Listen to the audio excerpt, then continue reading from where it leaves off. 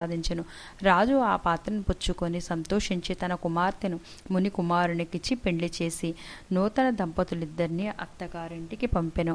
అటుల ముని కుమారుడు భార్యను వెంట పెట్టుకుని వెళ్ళి తల్లిదండ్రులకు నమస్కరించి అంతవరకు జరిగిన వృత్తాంతమంతయు చెప్పి భార్యతో సుఖం అనుభవించుచుండెను.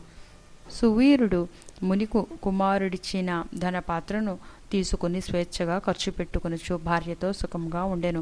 అటుల కొంతకాలం జరిగిన తర్వాత ఆ రాజు భార్యామణి మరొక బాలికను కనెను. ఆ బిడ్డకు కూడా యుక్త వయసు రాగానే మరులా ఎవరికైనా ధనమునకు అమ్మవచ్చును అన్న ఆశతో ఎదురు చూచుచుండెను. ఒకానొక సాధ పొంగవుడు తాపతీ నది తీరము నుండి నర్మదా నది తీరమునకు స్నానార్థమై వచ్చుచు దారిలోనున్న సువీరుని కలుసుకొని, ఓయి నీవెవరివి? నీ ముఖవచ్చస్సు చూడ రాజవంశమందు జన్మించిన వాని వలెనున్నావు.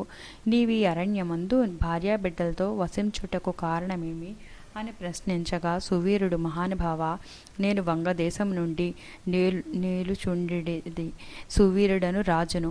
నా రాజ్యమును శత్రువులు ఆక్రమించుటచే నా భార్యా సమేతముగా ఈ అడవిలో నివసించుచున్నాను. దరిద్రము కంటే కష్టమేదియును లేదు, పుత్ర శోకము కంటే గొప్ప దుఃఖము లేదు, అటులనే భార్యావియోగము కంటే గొప్ప సంతాపము మరొకటి లేదు. అందుచే రాజభ్రష్టుడైనందున ఈ కారాడవిలోనే కుటుంబముగా బ్రతుకుచున్నాను. నాకు 2 కుమార్తెలు. అందులో మొదటి కుమార్తెను ఒక మునిపుత్రునికిచ్చి నా వాని వద్ద కొంత ధనము పుచ్చుకుంటుని దానితోనే ఇంతవరకు కాలక్షేపము చేయుచున్నాను అని చెప్పగా, ఓ రాజా, నీవు ఎంతటి దరిద్రుడివైనను ధర్మ సూక్ష్మములు ఆలోచింపక కన్య నమ్ముకుంటివి.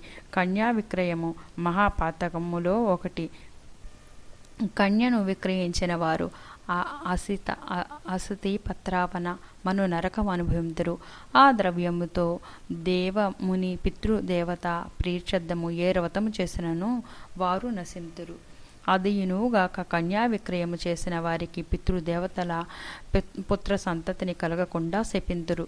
అటులనే కన్యను ధనమిచ్చి కొని పెండ్లాడిన వారు చేయు గృహస్థ ధర్మములు వ్యర్థమొకటియే కాక అతడు మహానరకం అనుభవింతుడు. కన్యా విక్రయము చేసిన వారికి ఎట్టి ప్రాయశ్చిత్తము లేదని పెద్దలు వక్కాణించి ఉన్నారు. కావున రాబోవు కార్తీక మాసంలో నీ 2వ కుమార్తెను నీ శక్తి కొలది బంగారు ఆభరణములతో అలంకరించి సదాచార సంపన్నునకు ధర్మబుద్ధి గలవానికి కన్యాదానము చేయము. అటులు చేసిన ఎడల గంగా స్నానమనురించిన ఫలము, అశ్వమేధ యాగము చేసిన ఫలము పొందుటియే గాక మొదటి కన్యను అమ్మిన దాని పాప ఫలము కూడా తొలగిపోవును అని రాజుకు హితోపదేశం